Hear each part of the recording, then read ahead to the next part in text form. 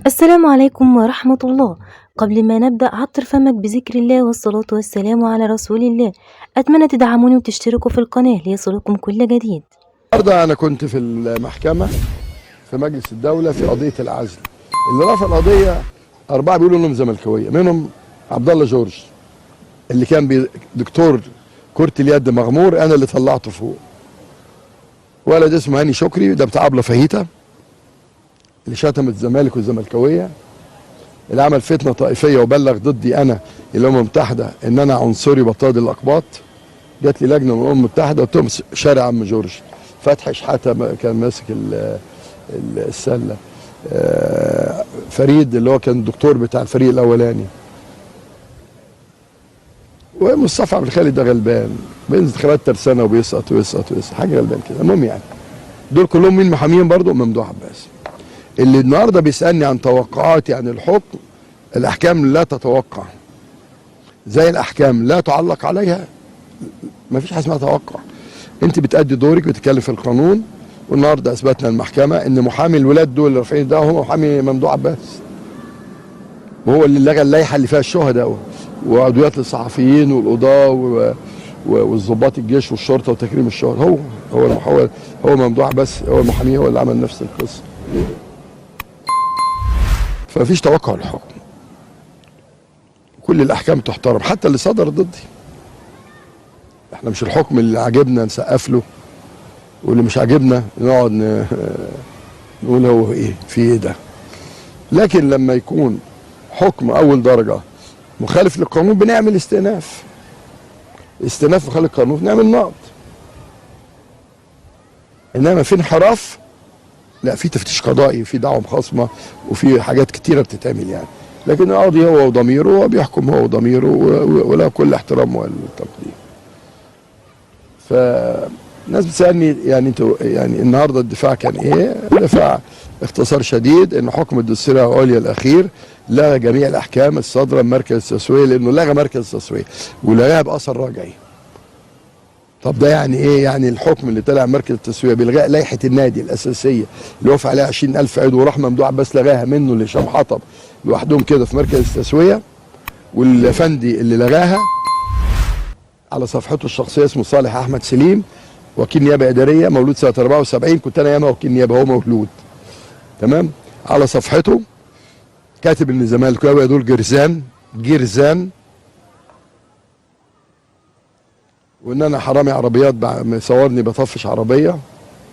ده اللي لغى اللائحه، مع ان المحكمه الاداريه العليا قالت اللائحه اللي تطبق على نادي الزمالك هي اللائحه اللي وافقت عليها الجمعيه العموميه واللجنه الاولمبيه اعتمدتها ايامها واتنشرت في الجريده. الناس برضو اللي لغت الموضوع كهرباء وما قدمش شكوى كهرباء وما عملش حاجه في كهرباء، وانه تقاعس عن كهرباء. يمكن انا بقول اخبار مهمه في الاخر يعني.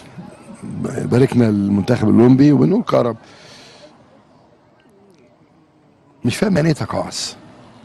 دلوقتي لما اشتكي كهرباء المفروض ببعت رقم الحساب اللي هيبعت عليه الفلوس، الحساب مقفول. اشتكيه يوم الوادي يروح طالع جايب جواب من البنك ان الحساب مقفول، يقعد سنتين ثلاثه. قلنا بقى مش كده، مش هتمشيني ياض انت هو يالا. انا خلاص سامحتك يا عم علاء، خلاص ما دام انت انظبطت سامحتك، بس عشان كنت زعلان منك جدا يعني. عمال تقول لي ادي ممدوح عباس فلوسه، اديله فلوس يا عم، اديله فلوس اخش السجن. ما كل الاجهزه قالت انه واخدها قبل كده مرتين ثلاثه. المهم يعني فده الجواب. احمد ابراهيم كان قايل لي من الصبح وصل. ادوا الكهرباء مهله 6 ايام، لو ما جابش ايصال سداد يروح لجنه انضباط توقع عليه عقوبه ال6 اشهر. عشان كده هم دلوقتي عمالين يغلوشوا بموضوع ايه؟ خالد بوطيب. يا جماعه موضوع خالد ابو طيب او خالد بوطيب هو سهل جدا. خالد لاعب ممتاز جدا ومحترم جدا، لكن رجع من المنتخب، كان مع منتخب المغرب مصاب. تمام، احنا نعالجه ولا ما نعالجوش؟ نعالجه. راح الدكتور اللي هو الدكتور اسامه زي ما راح مع الونش وزي ما راح مع دونجا، راحوا باريس ما رضيش يتعالج. تمرين مش عايز يجي التمرين. فكل الورقه والمستندات بتقول ان هو اللي خالف. هو النهارده عمال يطلع لك خالد بوطيب عشان يغطي على مين؟ على مصيبه كهرباء. خلاص كهرباء انت ضيعت نفسك تاني. واحنا لما اولا كل قضيه احنا كسبناها الحمد لله. وقضيه شيكابالا وضع طبيعي لانه ساب النادي ومشي. والعيال اللي بتطلع يقول لك ما هو شيكابالا انتوا كنتوا تخصموا منه يا جماعه، ده كان نادي باوك. الموضوع القديم برضه لما كان ممدوح عباس، ده نادي سبورتنج لشبونه.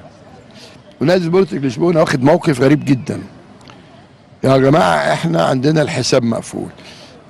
احنا زي الواد شمونج ده جينا ندفع القسط الثاني الحساب ما فيش مقفول. فاحنا دلوقتي بنتصرف، انا قلت لهم اتصرفوا يا احمد، هم اتصرفوا يبعتوا له عن اي مكان.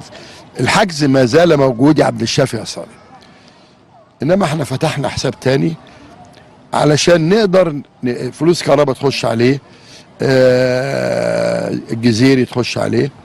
والنهارده ماجد بيقول لي كل المعلقين والسوشيال ميديا بيشيدوا بازاريو.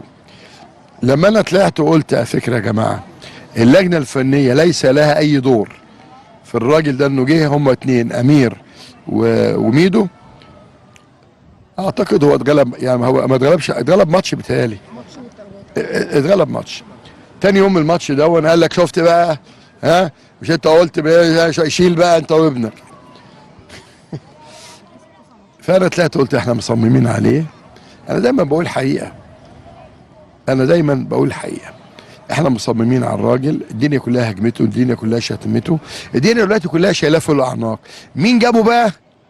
لا هو لما لا قدر يتغلب او يتعادل او يحصل اي اخفاق، هاتوا بقى اللي جابه مرتضى وابنه. مبروك جماهير الزمالك، الاخبار الحلوه كتير الحمد لله. وعايز اقول اي بطوله في الدنيا عايز بطولات، او النهارده دلوقتي انت قاعده احمد مضى مع 3 ولاد من كره اليد. ومع احترامي لايمن صلاح، انا متبنيه وحسام غريب من زمان. لما ايمن صلاح رشح انه يجي مدير فني للفريق الاول، واحمد الاحمر الكابتن اعترض لاسباب هو عنده، انا عايز هدوء في المكان. قلت عندي مع احترامي لايمن، احمد الاحمر اهم من ايمن صلاح عندي. احمد الاحمر من 2014 لما رجعت بياخد بطولات. ايمن صلاح انا ما شفتوش من 2010 مثلا. فانا قلت لهم لا، اللي يتولى هتلر الطويل ده وكسب، خد بطوله افريقيا. مش انت كنت موجود برضه؟ ده اللي بيقول لك مرتضى عنده مشكله ما عنديش مشكله مع حد تاني، ما عنديش مشكله مع حد خالص. احمد الاحمر عندي اهم من ايمن صلاح. احترم الايمن، متبنيه هو حسام غريب، وتصديت لحسن مصطفى بسببهم اتنين لما خلاهم يعتزلوا بدري. لكن لما تساليني ايمن صلاح ولا من ساعة ما اشتريت التنين ده وهو ما بيطلعش نار خالص. بالصدفة في مرة اتفرج على التلفزيون فجأة احمد الاحمر والمجموعه اللي معاه، قلت له احمد الاحمر طبعا. هو ده رد على اللي بيقل ادبهم بيقول لك احمد الاحمر ومرتضى. ما عنديش مشكله مع حد خالص. الكبير كبير تاني، الكبير كبير. مبروك يا جمهور الزمالك كله، لان الجواب اللي راح قبل كده كان من غير جمهور كاس مصر. يعني الجمهور بيفرح، والنهارده جمهور عامل دخلتين حلوين، شكلهم عيال نظيفه لابسين ابيض زي الملايكه. ده الجزء الاولاني. فانا ببارك للجماهير المحترمه، ببارك طبعا لمستر اوسيريو اللي كل ما يشوفني لابس قميص يقول لي انت جايبه منين؟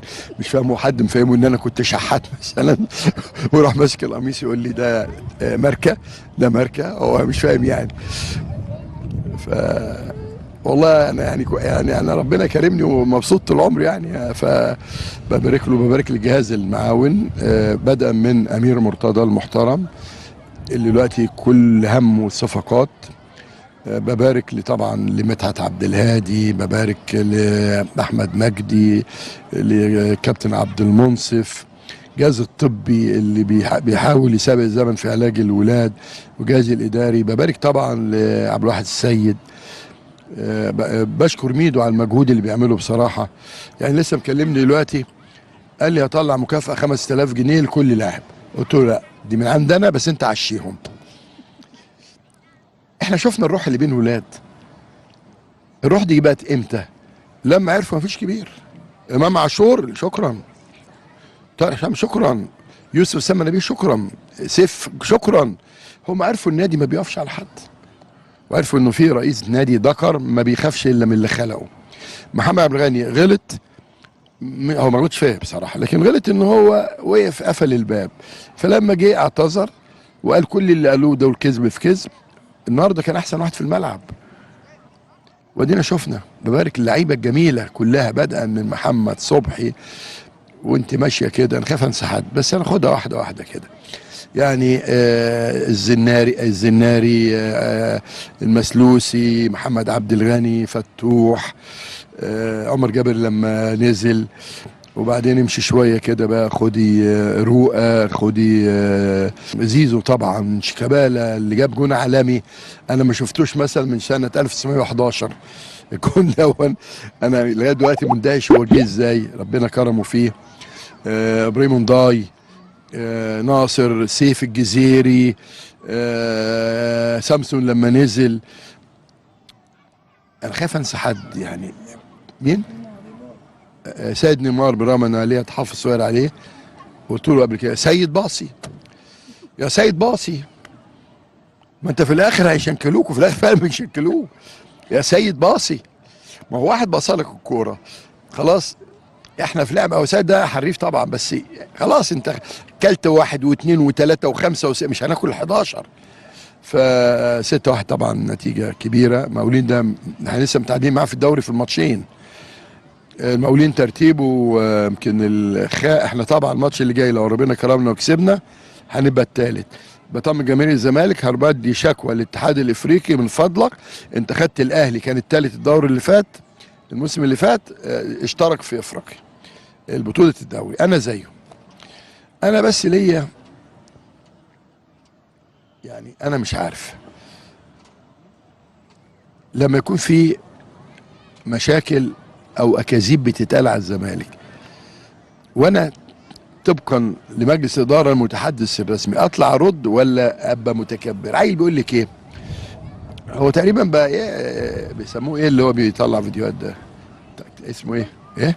يوتيوبر. وحياة امك انا فيديوهاتي بيخش عليها ملايين، ما اعرفش فيها فلوس ولا ما عمري ما فكرت.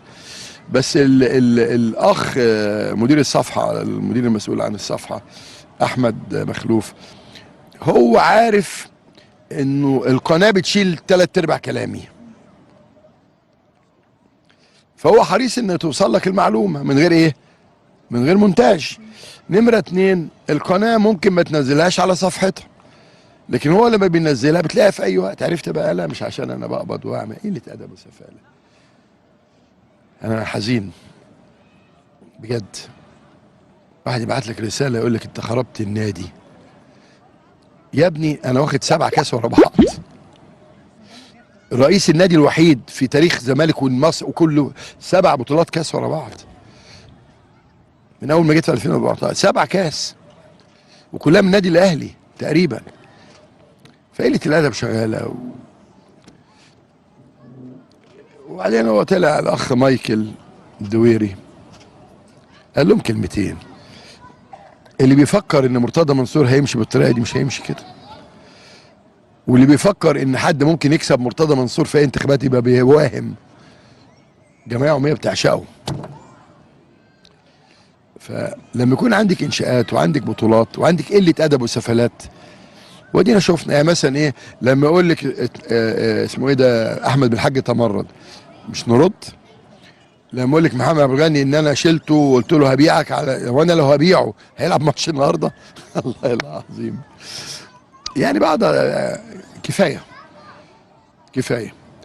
النهارده كان عندي 3 قضايا دوله جداد لمحمود الخطيب والمحامي بتاعه. الدنيا مش هتمشي كده. نفس المواضيع اللي باخد فيها براءات